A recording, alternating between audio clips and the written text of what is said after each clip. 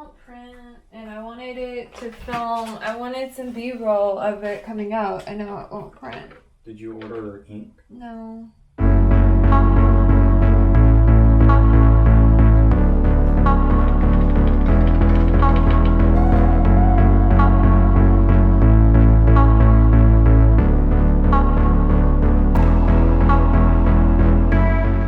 Hey guys, I've really struggled with making this video. It's not that complicated, but I get weird about it, and like right now, it's like take all of the things that I'm normally struggling with and like weird about, and let's just make it worse. So I'm just like a shittier version of myself. It's like this underlying level of anxiety is just always there. I mean, it's like I'm doing fine, but it's just I mean, you know, you're going through it too, in probably different ways, and maybe worse, more challenging ways. And so, yeah, I hope y'all are doing fine too. But I don't want to make a negative video. I want to keep it upbeat, but I like to acknowledge the fact that it's a little hard. Because, you know, when you edit together a video, you edit it together to appear effortless, you know, because that makes something that's nice to watch and all of that. But I think, I like to know that other people are also having a hard time too, so I don't feel like maybe I'm the only one. So yeah. So this video is me knocking out my painting to-do list. Basically what's going on is I have a painting I really want to make. It's larger scale and a little more complex. I'm very excited about it, but I don't want to get going on it without kind of tying up some loose ends. So yeah, that's what I'm gonna be working on in this video. I've already started on that earlier this afternoon. I put a second coat in the background of a painting that I completed at the workshop I did in Santa Fe. And painting, you know, you think about painting as, you know, how to paint a portrait and make the hands look good and like all of this stuff. But there's also like your background needs to be nice and even and solid, and you need to paint the sides of your canvas. So, you know, making a skillfully rendered portrait is important, but also having an art object with good craftsmanship is also good, because you don't want to display it and it looks kind of unfinished. So that second coat of paint just really made it look nice and neat and finished. So I always take, if there is an opportunity for me to do something that's low skill that will make my art look better, it's like, yes, let's do it. I need every single like leg up that I can get.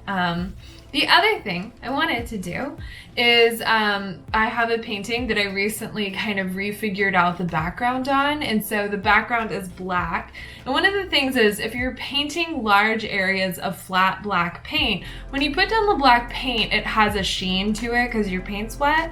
And so sometimes it's really easy to kind of miss like tiny little specks on your canvas, and then it's just tiny little white dots. So you'll notice I have no footage of me working on this because I don't actually have lamp black. That's the color I used for that painting. And you might be thinking to yourself, okay, well, why don't you just use a different black, or you could mix a chromatic black? And I could do that, but since this is such a flat, solid background, I don't want it to look like I went through and kind of touched it up in certain areas. Like, I want it to be totally uniform. So I ordered lamp black paint. I thought it was coming in today, and then I looked at my tracking and it's like, no, it'll be in next week. So not even close. So that is on my to-do list, and it will not be checked off. So yay for me. Right before I sat down, I changed shirts because I'm gonna be oil painting and I wanted to wear like a scrubby shirt. And so then I look and I'm like, what did I record last time? And so I looked at the footage and I was wearing the exact same shirt that I just took off. And yeah, I guess I've been wearing the same shirt every day. So I guess, yeah, if that's any depiction of the way life is going. The other thing is, I told myself if I got out the big beer, then I needed to be productive while I drank it. So, I mean, I also could be productive by playing Animal Crossing, but I was like, no, let's do some oil painting, and then I'll go do some Animal Crossing. So it's just life now, I guess. which I don't know, I feel weird even saying stuff because I know that some people have like really different home situations, but also like, oh, let's keep it light, guys, right? Just keep moving forward. So yeah, let's see what kind of oil painting things I do.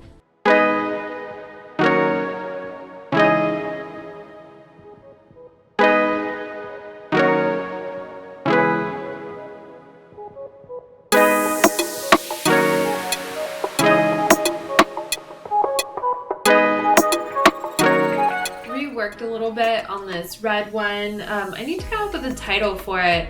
So this painting I did rather quickly. It was a little bit more spontaneous than I usually work, and I thought it was cool, but as I looked at it some more, especially the mouth, it was just a little too mushy. It wasn't developed quite enough, and my painting style is one that has more like defined edges in its color, like kind of like, I don't want things to start getting overworked and super blendy, so there's only so much you can do before you have to wait for things to dry. And so I'm finding myself wanting to go back to some of my paintings that I've done in the past few months and kind of just sharpen them up while still maintaining a feel of like rawness or looseness. I don't know.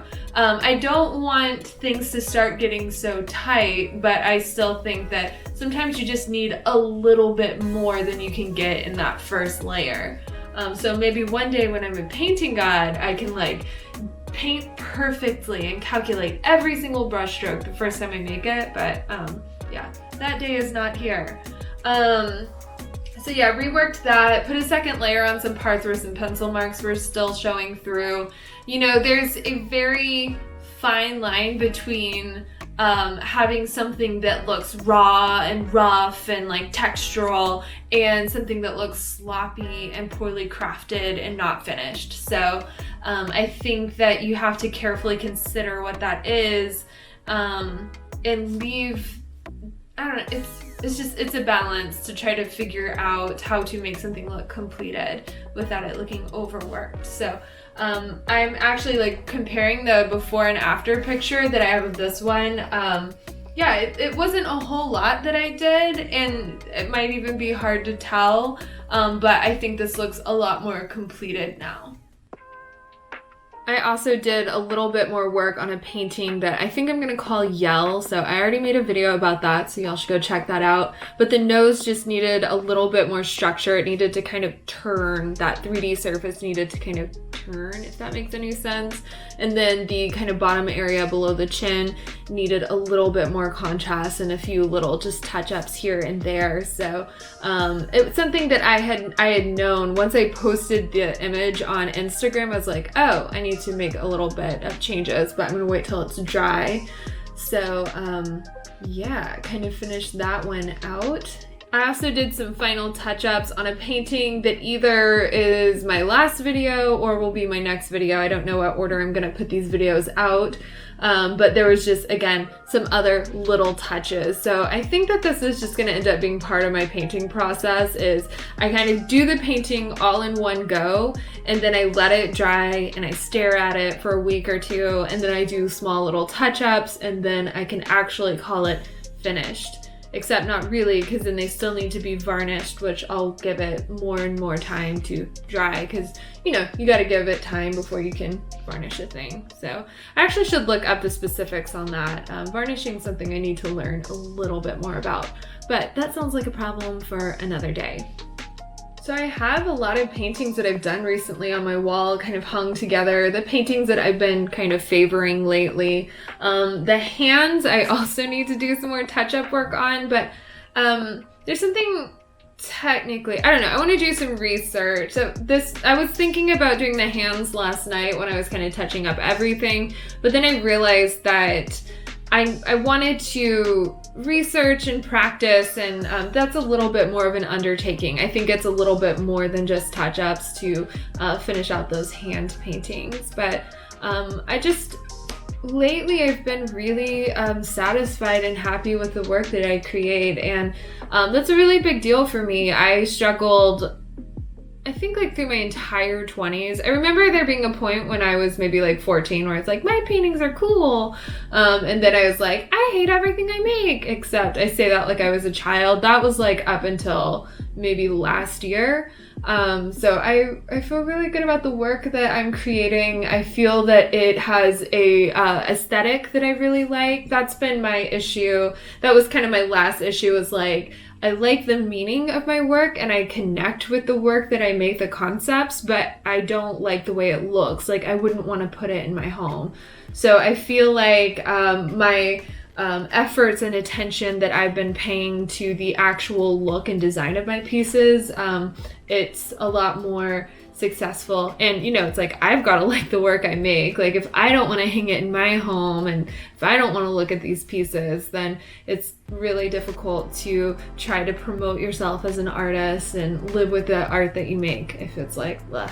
So it feels really good. I don't know, if you are a person who's struggling with liking your work, I don't know, I guess just try to figure out what it is specifically that you don't like about it, instead of like, my feelings, you know, because that's also me, it's like my feelings, but it's like, okay, no, wait, but specifically what? And it's like, okay, like for instance, the painting of the woman putting on the blazer, it's like, oh, there's just something about the colors that just aren't working for me.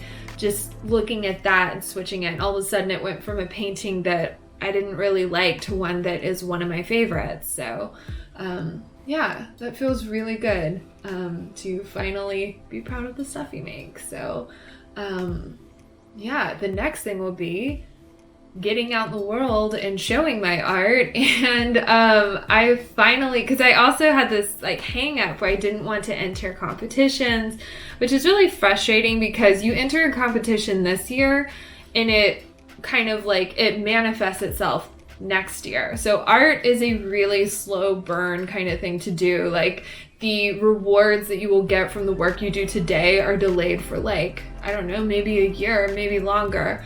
But everything I've entered has been canceled or postponed, which is like, you know, it just be what it be. So that's what I really like about having a YouTube channel. It's a way for me to talk about my work and show my work, and I don't have to depend on anyone accepting my pieces into their shows or galleries, and I don't have to worry about, you know, I guess the safety of going outside. So y'all can just hopefully enjoy it there at home. So yeah, all right, I think I am going to conclude this video and I will catch you in the next one. Thanks for hanging out with me. Yeah, like, subscribe, do all the YouTube-y things, but also take care of yourselves both physically and emotionally and all the things. It's a weird time, so yeah, I can't seem to escape thinking about that. So I'll see you guys in the next one. Bye.